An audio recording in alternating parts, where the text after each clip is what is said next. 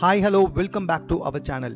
வனிதாவுடைய பொண்ணு ஜோவிகா இருக்காங்கல்ல, அவங்கள பத்தி பார்த்திபன் சார் சொன்ன விஷயம் தற்போது ரொம்ப வைரலா பகிரப்பட்டு வந்துகிட்டு இருக்கு.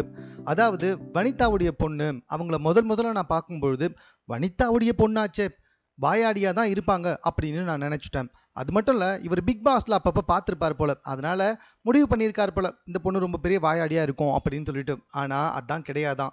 அவங்க அதாவது ஜோவிகா வந்துட்டு ஒரு ஒர்க்கஹாலிக்காம்.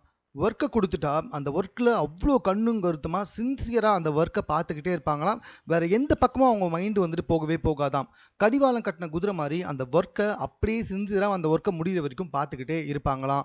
அது மட்டும் இல்லை, ரொம்ப பேசவே மாட்டாங்களாம், ரொம்ப கூச்ச சுபாவம் உடையவங்களாம். ஆனால் பிக் பாஸ்ல அந்த மாதிரி ஒன்றும் பார்த்த மாதிரி தெரியல. பட் இவர் சொல்றாரு ரொம்பவே கூச்ச சுபாவம் உடையவங்களாம், ஒரு நல்ல அசிஸ்டண்ட்டாக இருந்தாங்களாம்.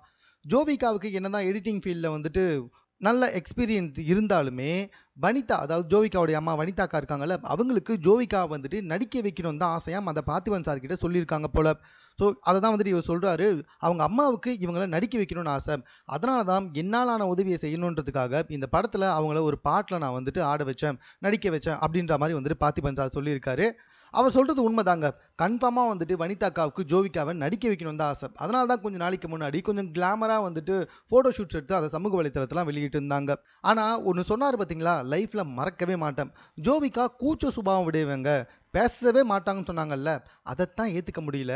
மேபி பிக் பாஸ்ல வேற மாதிரி, வெளியே வந்ததுக்கு அப்புறம் வேற மாதிரி இருப்பாங்களோ என்னவோ. ஸோ மேலும் இது போன்ற செய்திகளை உடனுக்குடன் தெரிந்து கொள்வதற்கு நம்ம சென்னை சேனலை சப்ஸ்கிரைப் பண்ணுங்க. இது குறித்த உங்களுடைய கருத்துக்கள் இதுவாக இருந்தாலும் கமெண்ட்ல நீங்க பதிவு செய்யலாம்.